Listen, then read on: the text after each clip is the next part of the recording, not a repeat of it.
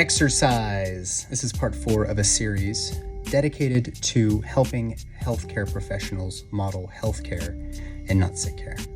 When I was 25, I was an Ironman distance triathlete, and I could work out for 10 hours a day and wake up early in the morning getting 5 hours of sleep and bam, be right back in the gym. And it seemed like my accelerated growth as an athlete was unstoppable. This changes as you get older, but it doesn't have to stop. And it certainly changes when you've got kids and you've really started to blossom into an adult. Think of exercise as a tool. The first question you need to ask yourself before anything else is, what is my goal in getting in regular movement? Is your goal to run a marathon? Is your goal to get big giant muscles? Is your goal to get better at a sport? Is your goal to lose weight, to not be diabetic anymore?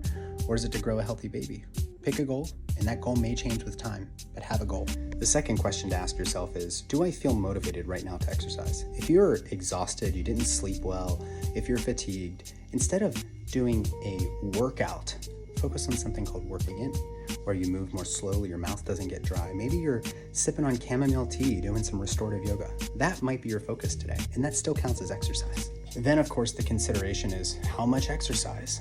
There is a dose-response relationship that looks a lot like an upside-down U when it comes to the amount of exercise that you do.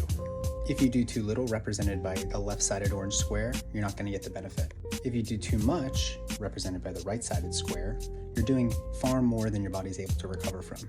You want to spend your time in this green area, specifically flat point at the top of the upside-down U. That's the sweet spot. CrossFit is a great tool. CrossFit helps you put together exercise programs that are going to be very, very efficient from a time standpoint. They oftentimes aren't any longer than 15 or 20 minutes, but they get your heart rate cranked up. They're going to help resensitize you to insulin. They're going to help you control your blood sugars. They're going to help you build muscle. They're going to help you get leaner.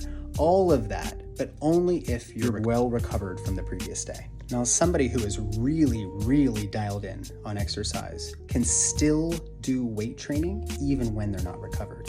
An example of that type of workout would be loading up 80% of your 1 rep max on a back squat or getting a heavy kettlebell and just doing 3 to 5 reps for 3 to 5 rounds, and then doing that for 2 or 3 more movements.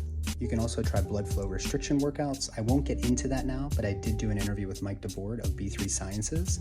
Basically, blood pressure cuffs on your arms and legs. You do some repetitions. It tricks the brain into thinking you're doing a high-intensity workout, even though you're still breathing regularly and you're not feeling totally taxed from a nervous system standpoint. And then lastly, of course, you can always work in. You can do Qigong. You can do restorative or yin yoga.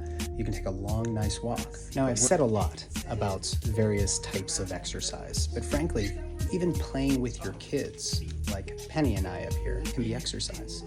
And going back to your goal might be right now to be able to continue to do a variety of different physical movements and daily activities without pain, without groaning, without limitations. So, for example, in Peter Attia's book, Outlive, he describes the centenarian decathlon, whereby you have to imagine what are 10 activities you still want to be able to do if you're 80, 90, or 100 years old. And start doing those types of movements early in your life so that you always preserve your ability to perform basic daily activities as an older person. Goals are everything. If you're totally brand new to this exercise thing, I would start very, very, very slow. Something very, very great programs to consider would be any of the courses from BirthFit or Mike Salemi's programs like Athleticism for Life or Kettlebell Lifestyle. Amazing. And you oftentimes don't even need equipment to work out in his programs. And if you're a shift worker, I would be focused on working in versus working out, especially the day after an overnight shift. That you don't need to be pushing yourself in the gym. Even a long walk counts as exercise, especially when your nervous system is overwhelmed. And of course, before your workout, you need to have adequate nutrition based on your individual needs.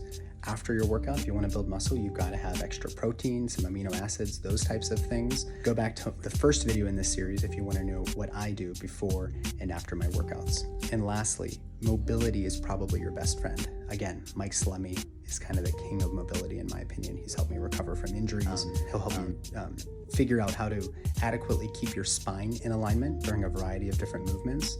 This is key for your longevity and your ability. DMs are open. If you have questions, I'm here. See you next time for part 5. What's it gonna be?